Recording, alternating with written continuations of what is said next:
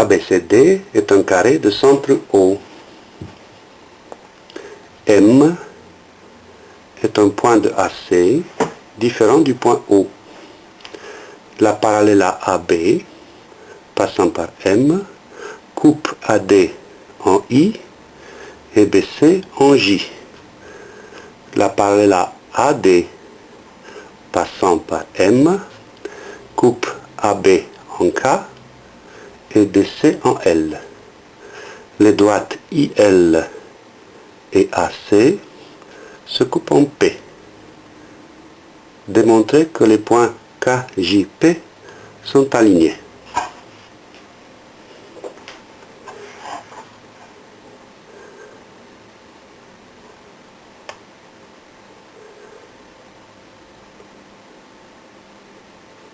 Grâce au GeoGebra, on constate qu'il y a de fortes chances que ça soit vrai. Comment le prouver? Constatez que KJP, c'est bien 3 points alignés sur l'animation ici présente.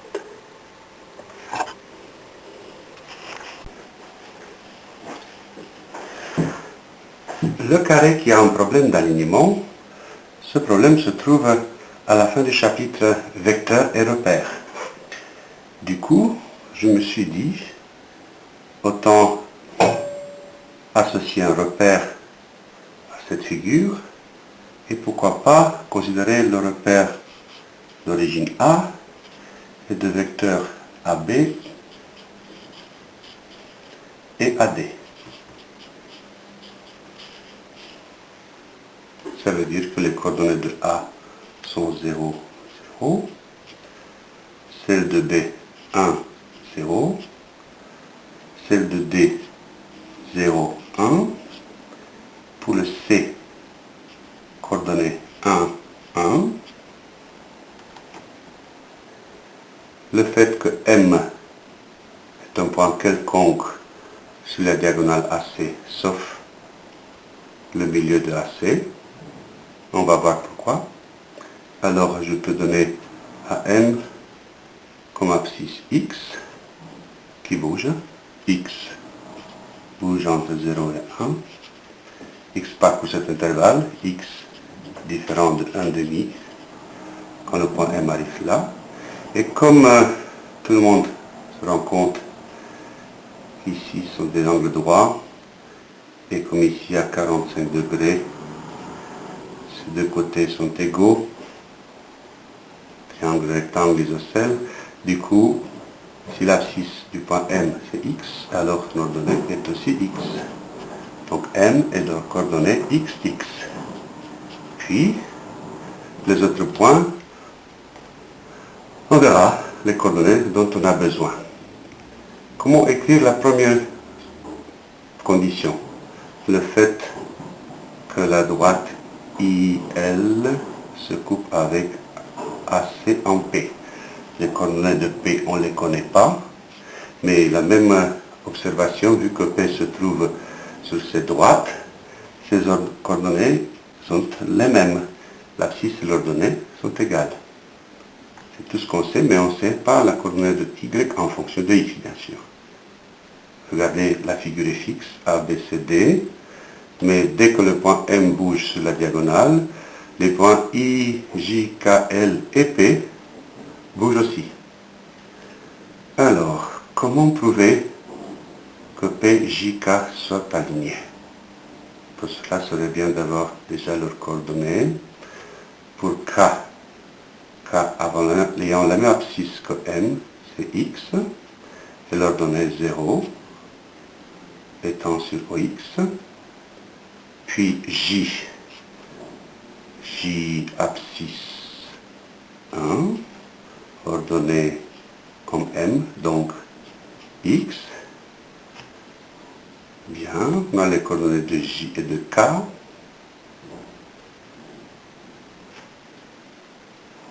Alors, les coordonnées de I les coordonnées de I, l'axis 0, ordonnée X, et puis les coordonnées de L, la même abscisse que MK, c'est-à-dire X, et ordonnée 1.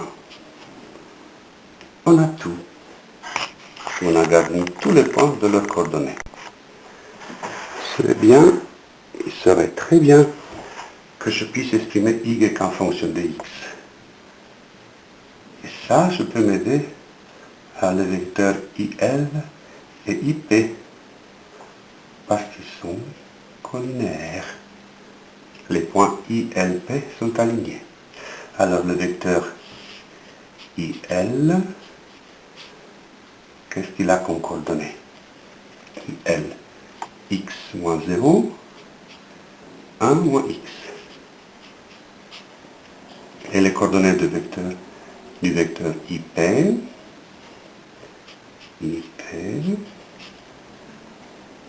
Y moins 0, Y moins X. Bien sûr, ces deux vecteurs sont collinaires, alors les coordonnées sont proportionnelles. X sur Y égale 1 moins X sur Y moins X. Et n'oublions pas, de cette équation, il faut trouver Y en fonction de X. Les produits en croix sont égaux, XY moins X carré égale Y moins YX. Voilà. Alors, les termes avec Y dans le premier membre, 2XY, celui-là et celui-là, moins Y égale X carré, Y facteur de 2X moins 1 égale X carré, donc Y égale X carré sur 2X moins 1. J'ai trouvé donc une étape intermédiaire, trouver Y en fonction de X. Je vais maintenant écrire les coordonnées du vecteur KJ, puis les coordonnées du vecteur KP, et espérons que ces coordonnées vont être proportionnelles, autrement dit les vecteurs KJ et KP vont être collinaires, autrement dit KJP, les points KJP vont être alignés. Alors, KJ, 1 moins X, l'abscisse, X moins 0, X. KP, Y, donc KP, c'est le Y qui est égal à X carré sur 2X moins 1, X carré sur 2X moins 1, duquel on soustrait X, et l'ordonnée Y moins 0, Y, c'est-à-dire X carré sur 2X moins 1. Alors le but, comme je disais tout à l'heure, c'est de montrer que ces coordonnées sont proportionnelles. Alors, est-ce que 1 moins X sur X carré sur 2X moins 1 moins X serait égal à X sur l'autre X carré sur 2X moins 1? Le rapport des abscisses, le rapport des ordonnées. Est-ce que ça c'est vrai? Pour cela, bien sûr, on va faire le produit en croix. 1 moins X fois X carré sur 2X moins 1. Est-ce que c'est égal à le produit en croix ici? X fois X carré sur 2X moins 1 moins X. Ce qui donne ici le dénominateur de 10 moins 1, numérateur je développe, X carré moins X cube, égale, faisons deux choses à la fois ici, par quelques places, X fois X carré moins, même dénominateur, donc je multiplie ça, numérateur et dénominateur, par 2x moins 1, ça me fait moins 2x carré, moins 1 fois moins x, plus x. Ça revient, constater que les dénominateurs sont les mêmes, ça revient à vérifier que les numérateurs sont les mêmes. X carré moins x cube serait égal à, si je réduis ici, ça me fait moins x carré, fois x, ça fait moins x cube, x fois plus x, ça fait plus x carré. Et voilà, on vient de vérifier, c'est vrai. Donc ces égalités sont vraies, donc les vecteurs sont collinaires. Autrement dit, les points KJP, KJP sont vraiment alignés.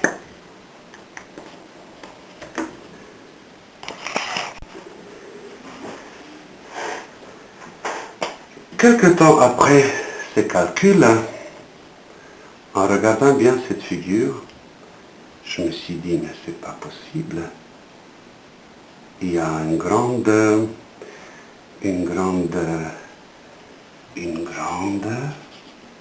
symétrie. Et ce mot a tout débloqué. Parce que, qu'est-ce qu'on voit? On va poser le problème un tout petit peu autrement.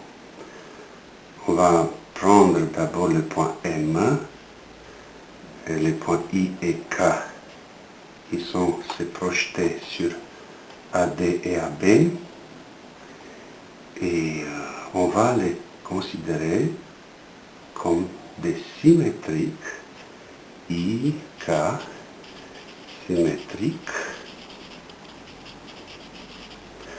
par rapport à AC, à la diagonale, à la droite AC. Est-ce qu'ils sont symétriques? Évidemment, il suffit d'y penser. On a ici un carré, 45 degrés, de côtés égaux, on a utilisé déjà tout à l'heure, rectangle, côté opposé égaux, angle 45 degrés.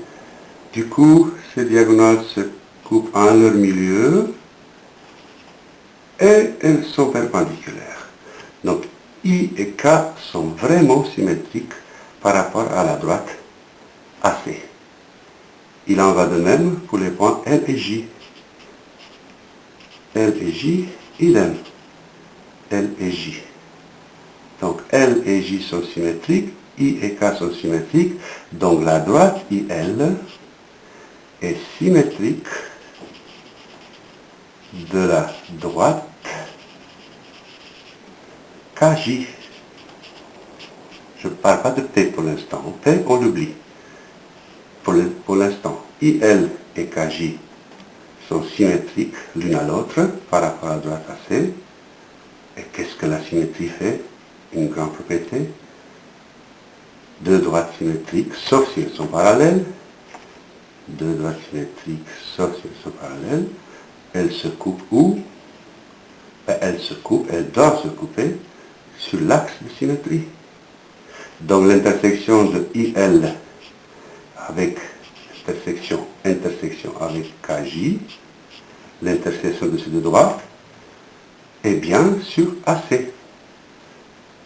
Si je note l'intersection de ces deux droites avec, disons, le point P', mais le point P' va être un point situé sur IL, donc P et P' sont les mêmes. Trop de calculs pour rien. Un problème qu'un bon élève de 6e peut résoudre.